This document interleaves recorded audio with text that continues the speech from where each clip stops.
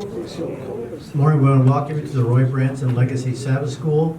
Now, I want you to know that when my wife and I left home this morning, the sun was shining brightly. So there is sun above this, so don't worry about it. We picked this up, so we got kind of close to your place, Donna. Yeah. Something about that, I don't know. But it was shining brightly at our house that we left, so don't give up hope, you know. So anyway, let's see.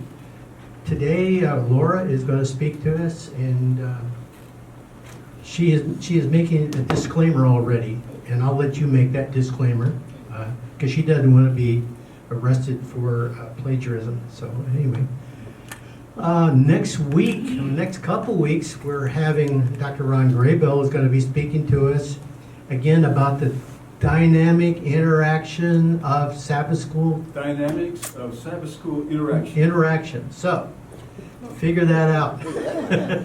And also, we're contemplating seriously on the 11th a potluck breakfast. So we'll to be announced in further detail. So anyway, I want to welcome you again today. I'm trying to think, is there any other announcements that we need to make, Laura? So, okay, and of course, you all know Laura. So, anyway, should we just bow our heads? Again, we want to thank you for this day. We want to thank you for the opportunities that we can gather and interact with one another. Be with Laura in a very special way. We pray in your name. Amen. First of all, I want to make sure, can you hear me? Fairly. A little bit, almost. Is that better? No? Craig. We can hear you. Hear me You're well quiet. enough? Okay. So I just need to pretend my children in the back doing something bad. And then you'll be able to hear me. All right. The disclaimer was that none of this is my research. I'm not a researcher, although I dabble now and again with a poster here and there. I don't do spirituality health research. What prompted my interest in this, because I'm the one that set up a couple of people who have come to talk to us about the topic, was our faculty colloquium in 2018. I found quite interesting. Dr. Koenig came and spoke to us, and so I was taking notes, and then I decided to present, and then I went looking for some of the articles. So, the one thing I have not done is been clear what my words are and what his words are. They're all his words, except where I've paraphrased, and sorry I didn't do quotes because it's all intermingled. If I may use the word amalgamation, it's just all, you know. So, if you go looking, if you really want to know and you want to quote him, I've got a source for you, or you just put his name in with this kind of a title and stuff will pop up.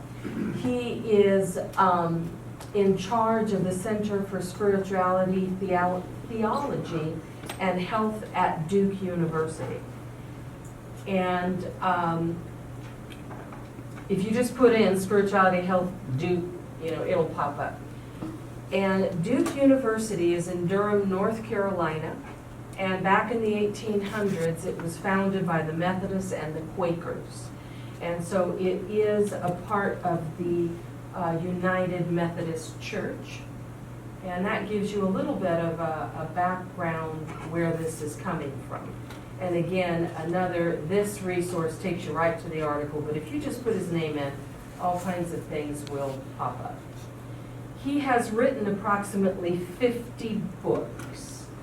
He is an avid Christian who feels that we have a case to make for spirituality and religion. He is a Christian, and so therefore he focuses on that. But some of the research also includes other faiths. So he has Spirituality and Patient Care, the Handbook of Religion and Health, Faith, Spirituality and Medicine, Spirituality and Health Research, Islam and Mental Health, Judaism and Mental Health, Protestant Christianity and Mental Health, Medicine, Religion, and Health. Very, very interesting titles, and no, I've not read any of the books. I have read several articles, but if you're interested, feel free to get your phone out, but make sure it's on quiet, right? We get so embarrassed when, some Hello Dolly starts singing out or something like that. And take a snapshot of it if you're interested in looking up one of these books. Or go to Amazon and put his name in. Okay, I don't see anybody's phone still out, so I'm going to move forward. What's interesting is I'm going to first do some overview and then go in a little deeper. People who are spiritual, primarily I think on this one Christians, I could be wrong, tend to be more physically active, safer sexual practices, less likely to smoke, and have better immune functions. Decreased stress hormones, a decrease in blood pressure, and they seem to stay a little more alert as they age. They don't have as much cognitive decline, and we tend to be heavier. Maybe that's the potlucks, or maybe that's because we eat because we're happy. I'm not sure. They haven't done the research on that, but we do tend to be a little heavier. Now, there could be a connection with not smoking as much. Smoking does dull the taste buds. I don't know. I think it's the potlucks.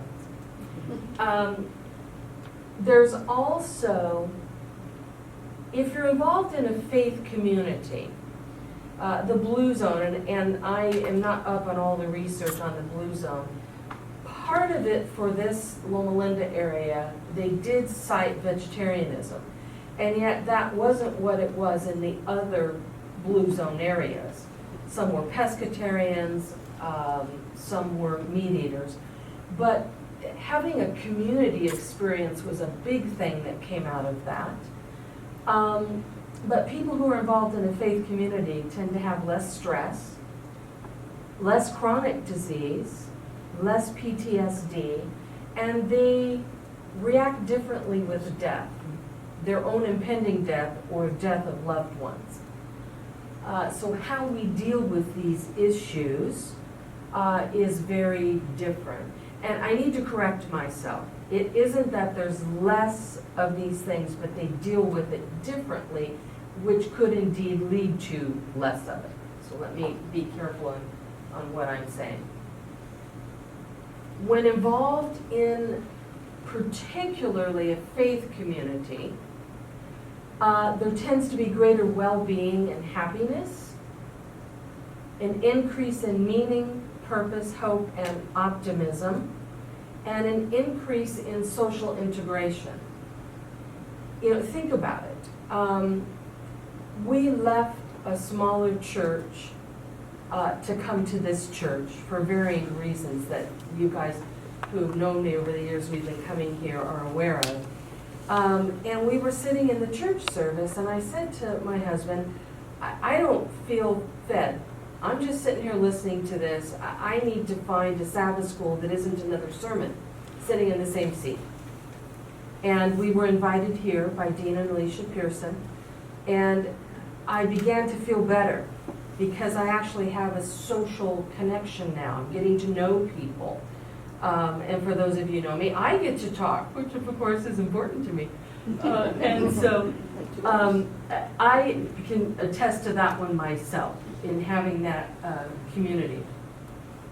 Looking a little more at some of the research, positive emotions, spirituality, and religion. Again, the well-being and happiness, hope, optimism, meaning and purpose, a higher self of esteem. After all, you're a child of the King, right? It's one of our songs. And a greater sense of control in life. Positive psychological traits such as altruism, being kind, being compassionate, forgiving, feeling grateful. These are all things that they're finding in the research. People who are spiritual and people who have a religious connection and background and faith. Now, you may think of somebody right off the hand who doesn't have high self-esteem, or who's a bully, who isn't kind. Yeah, they're in every religion, every walk of life. But this is what they're finding a preponderance of. at least 45 studies where he examined relationships with religion and spirituality, meaning and purpose, and 93% of those reported significant positive relationships. Now, I know it's Sabbath school and not a research class, but I thought you should know some of these. A lot of times these studies were done in a population that might have a challenge to finding meaning and purpose. So they did some of these studies on people who had a disabling disease, a chronic disease. And of 10 studies that were quite rigorous, all 10 reported significant positive associations. And I know a lot of hospitals across the nation, and I assume in other countries, will ask, what is your religious background? Do you have a faith? Do you want a chaplain to come and talk to you? Because they recognize that this connection is important for the person to get well, to have that support. Looking at hope and optimism, there were 29 studies that he looked at in this one article. He did sort of a lit review of his own work and other people's work. 73% of these studies reported significant positive relationships with spirituality, religion, and hope. And of the highest quality, half found a positive relationship. Nobody found an inverse relationship, meaning if you are spiritual that you have lost hope. Some found a positive and some were more neutral. With optimism, 11 of the best studies reported significant positive relationships and no inverse relationships. Makes sense. He's coming back. We're leaving this planet. Tend to be a little more optimistic. God will walk with me. He is there with me.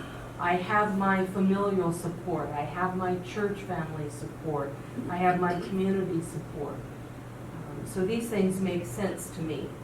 There tends to be a decrease in depression for those who have this faith community. Not that there is not depression. Tend to recover faster from it when there is a depression. Less likely to commit suicide, although they do occur. Addictions are lower, although they do occur. In some ways that may surprise because in a lot of Christian faith environments, there isn't always the support you need. There could be a very judgmental approach. So I think all of this depends on your faith community and how you are treated, and whether or not, if you're treated badly, you have the sense to find another faith community. So a lot of this is going to depend.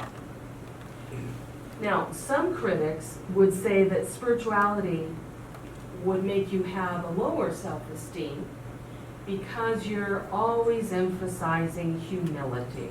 It's one of the core values of Loma University, humility. And that a religious faith community or background might make you feel more guilty because the standard is clear and essentially impossible to reach, so you might have a difficult time with this. But of the studies that had a high rigor, 68% reported greater self-esteem, and only 2 found that it was worse. And so for me, again, I think this goes back to who the person is, what their faith community is, and how they're being treated within that faith community. I don't know if you guys get these pamphlets. I've stopped getting them. But they would come in the mail, and it wouldn't say who they were, except they were ex-Seventh-day Adventists. That was their religion, that they were not Adventists anymore. And I read the first few because I thought, well, this is interesting. Who are they? What do they believe? Basically, and if anyone is watching this who is from there, maybe you can explain to us. Basically, it's just putting down the Adventist religion. well, I was raised to believe this, and I'm like, oh my, I wasn't raised to believe that. That's not one of the fundamental beliefs. Who brought you up and what church did you attend? There's a lot of versions of different religions out there, and I think that this would impact what the studies are finding. I found a couple of things I absolutely agree with, and I'm like, well, of course you're right, that isn't it, but we don't believe that, so I got a little confused. Coping with adversity. They identified 110 studies, and this was before 2000, and 344 since. And all of these showed how people were better able to cope with whatever the adversity was they were facing because of their faith. Now again, these aren't only Christians that are being studied. And you saw in that one book it was Muslim or Jewish faith. But coping with adversity, because there seems to be this, God will be with me. God is great, even though you're facing these terrible health crises.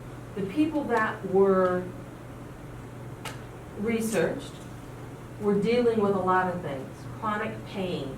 To me, that's hard. When I'm in pain, I'm hungry, I'm tired, yeah, you might want to stay away.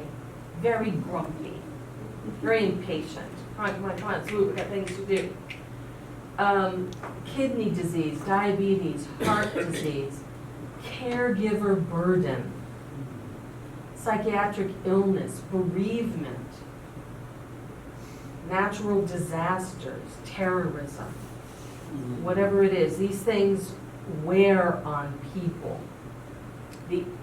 Overwhelmingly, people reported that religion or spirituality was very helpful to help them cope with these items. But that isn't what the research is finding. They're finding a positive correlation with an internal sense of control, not external.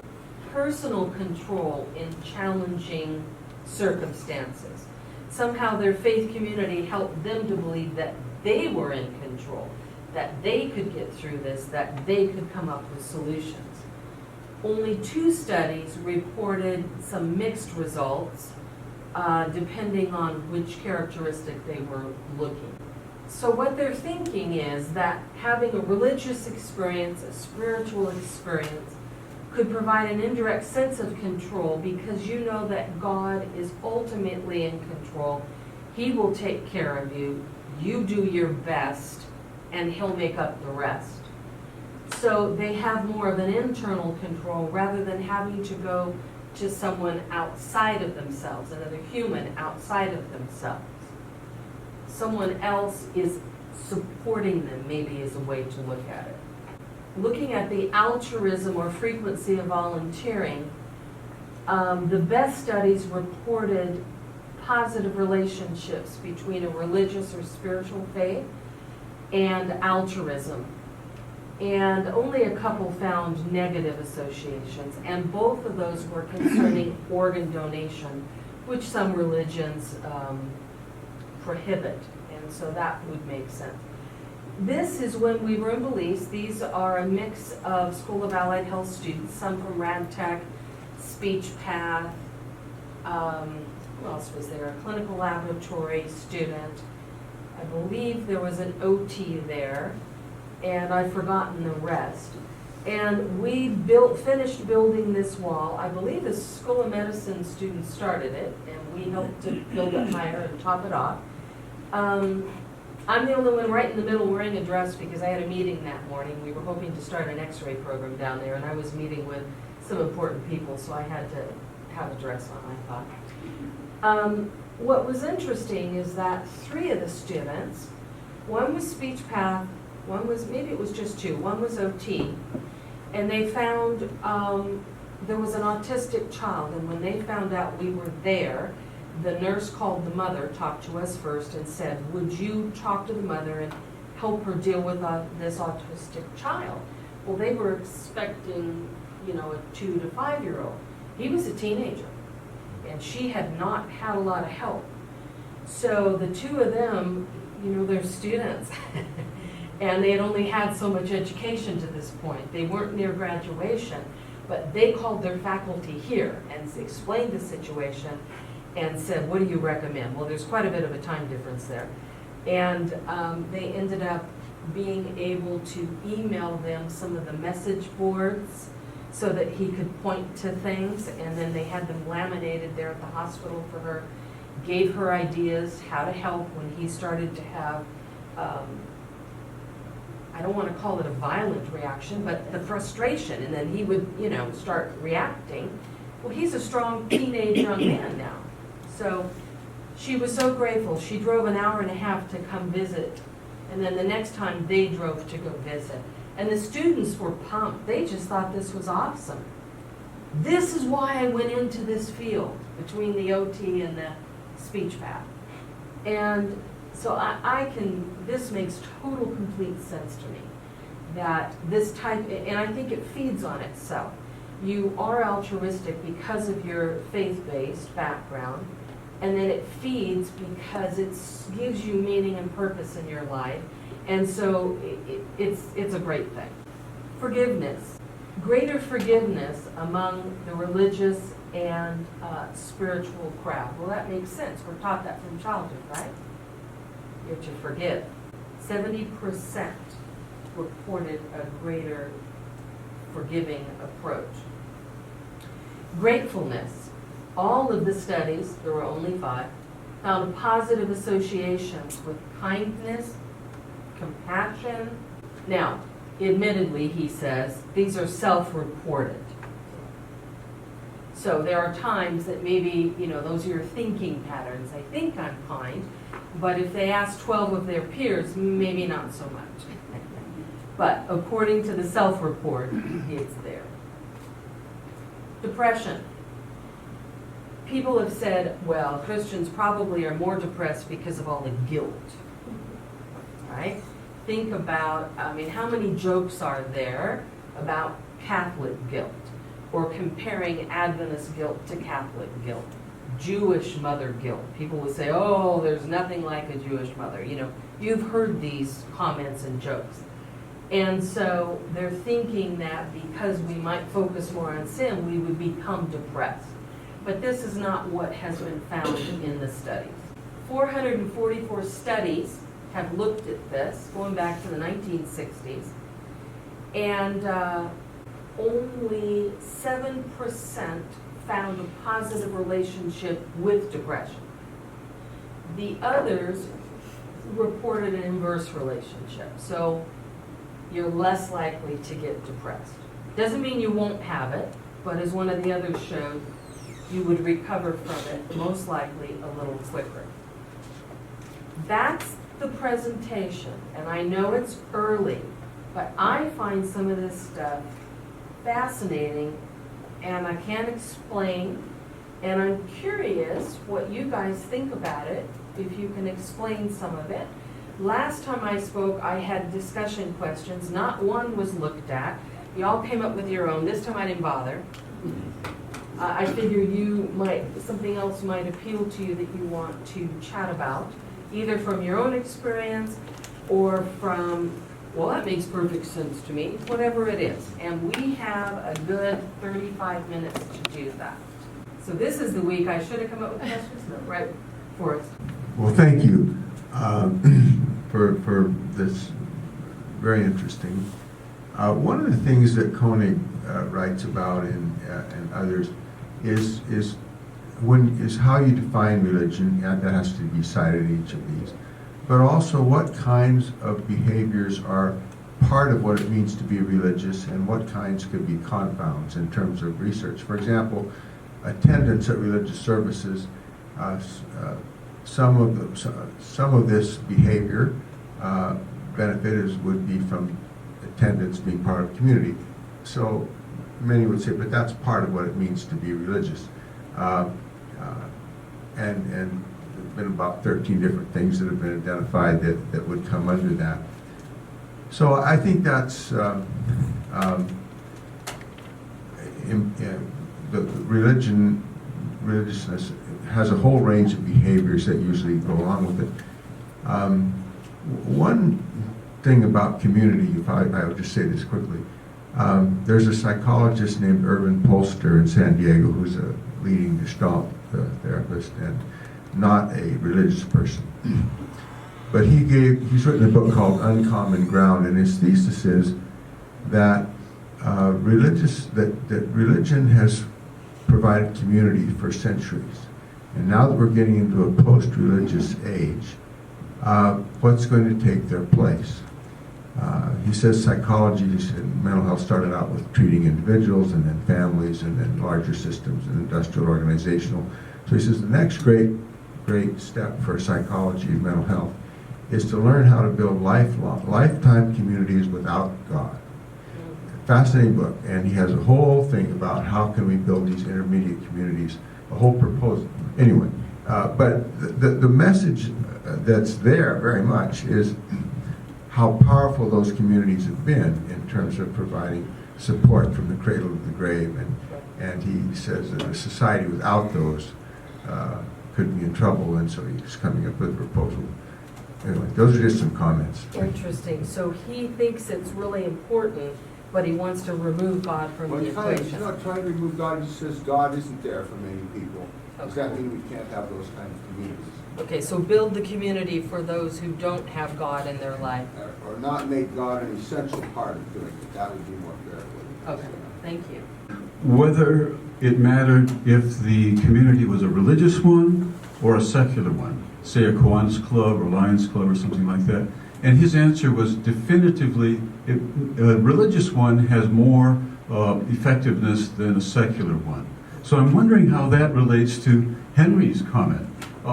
Now, I don't know, I didn't see that point made in your presentation. I don't know if you recall that, I don't. and whether that makes sense to anybody else. I do think, this is a second point, I do think what kind of religion it is matters. As I was driving from home to work, I listened to some people from another religion who said that those who listen to the wrong kind of music should have God pour hot lead into their ears in the hereafter. And I thought, wow, to belong to that kind of religion may not be too helpful. No, that's where you see the increase in depression and problems for she had her. Yeah, and I think that's very true, is the type of religion that you belong to, the type, even within the same religion, how your parents raised you, how your teachers spoke to you, how the preacher spoke. I have gotten up and walked out of sermons before because I thought what was being said was inappropriate. We'll just put it that way. I was going to say something similar to what he mentioned. Have they studied religions like Hindu, Buddhism, things like that, or has it just been Christian, Muslim, and Judaism? I believe he also studied Hinduism, someone who's familiar, but I don't know, and I seem to recall him saying something about Baha'i, but he focused primarily on the Abrahamic religions, at least to start, because we have that common ground. I would imagine in different religions, as you the way the kind of God they worship affects the kind of person you are, and if you believe in the caste system, you're going to treat people differently than if you don't believe in it. And if you believe in an angry God, then you're going to have similar responses to other people. Mm-hmm. I would imagine that kind of relationship and community would not be an uplifting one. I would agree, and this pouring hot lead into ears, that's an angry God. That's an abusive God. I mean, if a parent did that, we would lock them up. So I would hate to believe in a God that would do such a thing.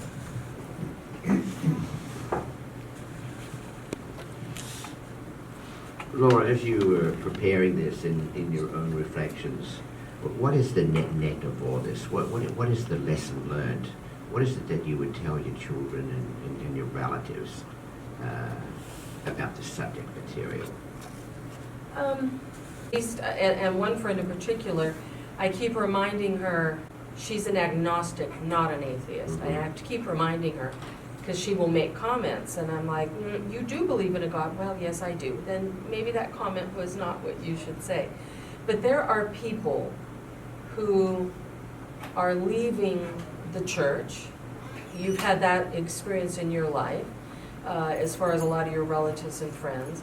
And I would say, simply from a scientific health benefit, you probably ought to stay what the issues are while in the church rather than leaving it. Because there are benefits for being in the church. And by that I mean the Christian church. There are benefits for others as well. But that would be my net takeaway, is don't let anyone run you out, because you got a good thing going. You're healthier than them, perhaps. I don't know. I also think that another thing for me is that God created us with this need. In this is that we'll have a better life on earth, that will have more qualitative quality relationships, better associations. And within the defined community, I think that is probably very true. Where I struggle myself with this is I would trade hope and faith for certainty, understanding, and belief. I'm continually wanting to go down that way. And I think partly that was in my early Adventist upbringing, as the people that introduced me to Adventism were the most anxious people that I knew. And their anxiety was even hand-wringing. So there's a lot of use of the word "I hope." For example, when the Baptists used to love to ask us, "Are we saved?" And they'd see the Adventists all squirm and wriggle and get very uncomfortable, and we'd say things like, "I hope so." And so the people around me were hoping, and their faith was often blind because they were uninformed. So there's that extreme end of it, that I need an informed faith, not a blind faith. Right. But in terms of relationships, if the real benefit is the quality of relationships, it doesn't matter if your faith is probably blind or informed. It depends the people around you, just expressing some thoughts. I know I don't care for the bumper sticker statement that God said it, I believe it, and that's enough for me. Because are you really sure God said what you are interpreting? So that one I've always had a hard time. I'm wondering, I'm not familiar with this material, so I would ask, was there some sort of attempt to correlate dose response? By that I mean very religious, moderately religious, a little bit spiritual. It seems to me that Not stratified. yeah, there's something. This is very fuzzy stuff, to be honest. I begin to see why some areas are called soft science, because this seems to be very soft. It's hard to research it. It seems like research would be very difficult. Thursday night, I think some of us were there at La Sierra when there was a presentation about violence in the book of Joshua. Very interesting. And the God that is portrayed there, do this awful thing or that awful thing or destroy people. And of course, you can't help thinking about some of the situations that are going on with, quote, terrorists, religious extremists of various kinds. So obviously, a little religion, a little spirituality probably has some positive effects, but a little too much seems to have some pretty horrendous effects.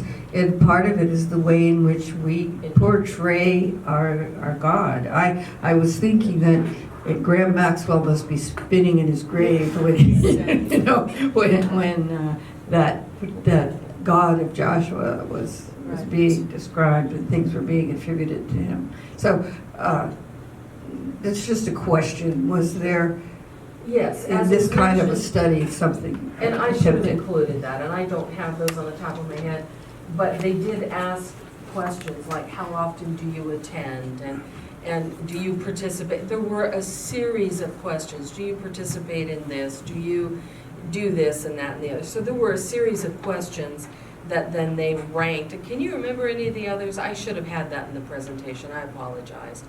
But there were a series of things that they And I think they actually asked them, are you religious? How religious? Do you know, where do you rank yourself? I think one of the reasons why you have so many studies and they're all pooled together is that the measures of religiousness are not consistent in this research. Koenig has one that he uses, that he is recommending for study, and so some of his research has been doing with that. At least you know what you're talking about from one study to another. Right. But a lot of these use different measures of religiousness. But he does have a measure of religiosity, and I should have found that and had that in there, so I'm sorry for that. Yes. Oh, thank you. I think that a little bit of religion is good, but a ton of logic added to it is better.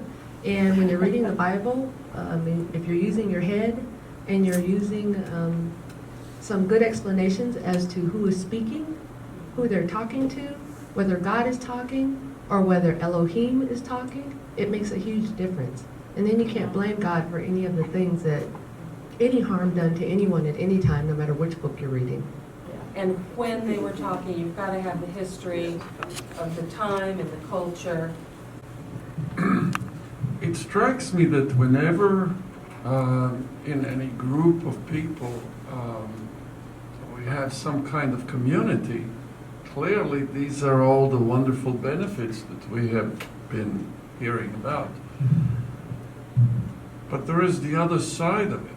And how do we deal with those? For example, if you're having a nightmare, who's the most likely person to receive your elbow in their ear? The one closest to you. That's right. So you're part of a community and you've got some issues that bother you. Who's likely to get something unfavorable affecting them? You know, those who are right in your community. This is part and parcel of, how should I say, the burdens that we all bear with one another. This idea of a connection between the body and what we call the spirit is not a recent idea. Actually, in antiquity, the people were preoccupied with this connection between the body and the mind, or the spirit. In Christianity, if we look at Christianity, there were some religious sects that were looking at the body as something evil, something that should be looked down at, and something that should be eventually destroyed, and that's, of course, the spirit or superior. And these were Manichaeans. Of course, this is not an idea that it fits very well with Jesus Christ's ministry. Because if we look at Jesus' ministry, he spent more time healing the body, more than preaching and doing other things. He was healing the body. Then Jesus didn't agree with this idea because he wouldn't spend so much time in healing the body. Well, this connection between religion and how religion influences, or this connection with God influences the state of human being, it's very nicely put at St. Augustine in his Confessions, when he's saying so beautifully that you have created us unto yourself, and our souls do not find rest until they rest in thee. And this connection with God is what is giving us peace and purpose in life. Now, in more recent times, this idea of wholeness or connection, close connection between the body and the mind and spirit, it was reflected in the fact that a new branch of medicine was created in 1938. This branch of medicine is called psychosomatic medicine. And of course, it's connected with the Greeks, who were considered the fathers of medicine, psychosomatic. It's a compound word formed from psyche, which means body, and somi, which means soul. No, the other way. Then- The other way around. No, Soma is body and soul. Then it's a recent interest in this problem, and it's important that it's more and more our interest it's in this problem. 2007, 2008, I was going through a really hard time with my daughter, who was a teenager at the time. And I was at another church. And she wanted to be skinny. She started to eat and throw up. Then she started with self-cutting. And it went from one thing to another, one thing to another. And at the church, people would corner me. What is Ashley doing now? What's going on there? It wasn't to me, my perception was, it wasn't from a place where they cared. It was more to gossip. And at the time, I'm watching my child going more and more out of control. So at the end, the day she turned 18, she said she left. She just wanted to go. She followed some young men and she left. To say I was depressed is not even the word. And my son, I didn't know my son would share a room with her, and he was hiding a lot of things. He was seeing her doing all those things, and she was saying, if you tell Mom, I'm going to do this and that to you. It affected my son. After she left, my son would not speak for a while. In order to get, like last week when we spoke about gambling, in order to make my son speak to me, I had to teach him how to play dominoes. As we're doing that, then he would talk a little bit. And I'm like, oh, okay. And slowly, I had to drive my son little by little, the kindest, most wonderful young man you've ever known. And my daughter too was fine until she started with being small, and it went on through something bigger and bigger and bigger. Irrespective of its etiology, almost all psychopathology has some sort of physiological part to it. When you do believe in God and you find strength in God, the only thing that kept me one foot in front of the other is when I would go at night and I would pray and pray and pray. Sometimes I couldn't even pray, I couldn't even speak. But I kept doing it, and I kept believing, and I kept saying, God, you love her more than I do. You love her better than I do. Keep an eye on my child. Help my children. Give me strength. And that's what I could do. That's what I could do, just to breathe, to keep on breathing. And so it's very complex, but I believe having a real base in God that's not shaken. I can read things, I can speak about the Bible. God, this is not God. Because a good God, this is not God. This is people's perception of God. And I can differentiate those, but I'm firm in a good God that no matter what's going on, cares about us. And that will never change. Good, good. Thank you for sharing that. I have my hand up. Okay, but he needs to talk, he knows more about the research than I. And so at some point, I do want him to say something. You can go first, but then okay. please come back. Thank you. Thank you. And I've just set you up, I apologize. That's okay. I'll give him some more time to prepare. I attended the same lecture that Donna the other night about the genocides of Joshua. And one of the interesting comments at the beginning was they did a study at a kibbutz. Did I say that right? Kibbutz in Israel. And they shared with the students the stories of Joshua going in and killing people. I mean, annihilating them. And they asked them later on, was this good or bad?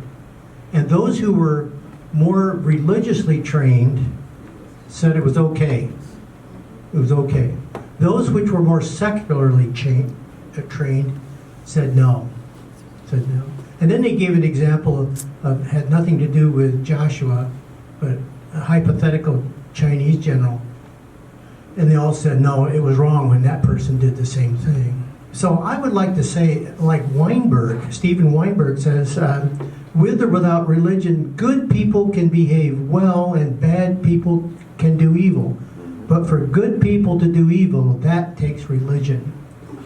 And I'm saying from my experience, now in my 35th year, actually a little longer than that, you know, I'm sorry, I have seen some real negative issues with what religion has done for people. So I too would like to know a little bit of the studies. So now again, I'm not leaving the church. I like the community, but I think we have to realize it's not all good. So anyway. Resources. Yes, sir. Well, I'll just talk loud. Okay. I'm not an expert in this. I did. I studied the literature a lot more about, got busy with other things about 10 years ago. But I think one of the things that's just intuitively makes sense if you think about it, and that the people that are involved in this would say, if you start, it's so critical how you define religion. And it's like a Rorschach even here when we talk. It's kind of like we take our own stuff and put it on there. And but Gallup for years has asked a simple question: do you believe in God of a large population of people? Until about for probably 40 or 50 years, it was 95%.